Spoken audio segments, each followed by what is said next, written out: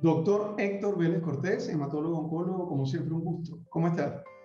Muy bien, Julio, espero que estés bien. Así es. Doctor, bueno, en una edición anterior usted mencionó, y es un compromiso, que íbamos a hablar sobre el mieloma múltiple. Vamos a comenzar por definir qué es mieloma múltiple. Pues lo prometido es deuda y hablábamos de las proteínas la vez anterior. El mieloma múltiple es una enfermedad hematológica y es una enfermedad hematológica maligna. La persona que desarrolla esta enfermedad, las células de su cuerpo, que producen los famosos anticuerpos, y estos anticuerpos se producen a través de una proteína muy famosa, ¿verdad? Las cadenas largas y cadenas cortas. Esas proteínas que son anticuerpos nos defienden de enfermedades.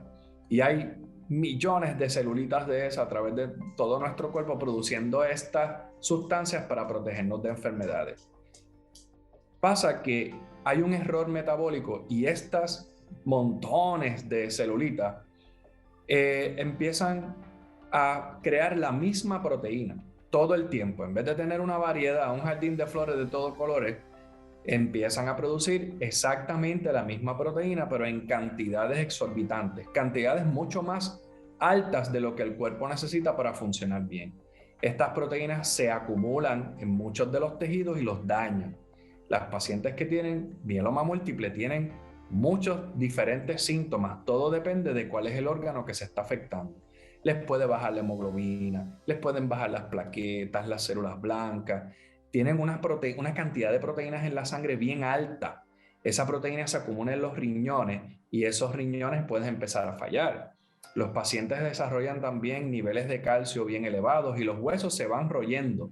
Se le hacen agujeritos a los huesos y los debilita. Un paciente de mieloma múltiple puede tener fracturas, pueden tener enfermedad pulmonar, enfermedad cardíaca. Es una gama de diferentes síntomas, todos relacionados a esa cantidad de proteínas que está aumentada en números que no son saludables.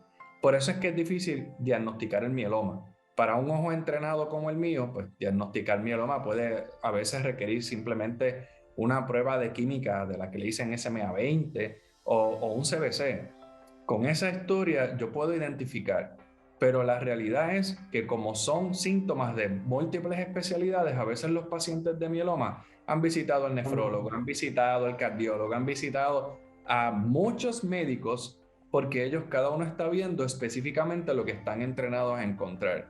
Requiere de una idea, de una persona entrenada para tú decir, este paciente sospechamos que tiene mieloma múltiple para diagnosticarlo y tratarlo bien. Un mieloma múltiple diagnosticado temprano y tratado adecuadamente, el paciente puede tener una vida saludable por décadas, pero es bastante complicado identificarlo por la gama de síntomas tan variados.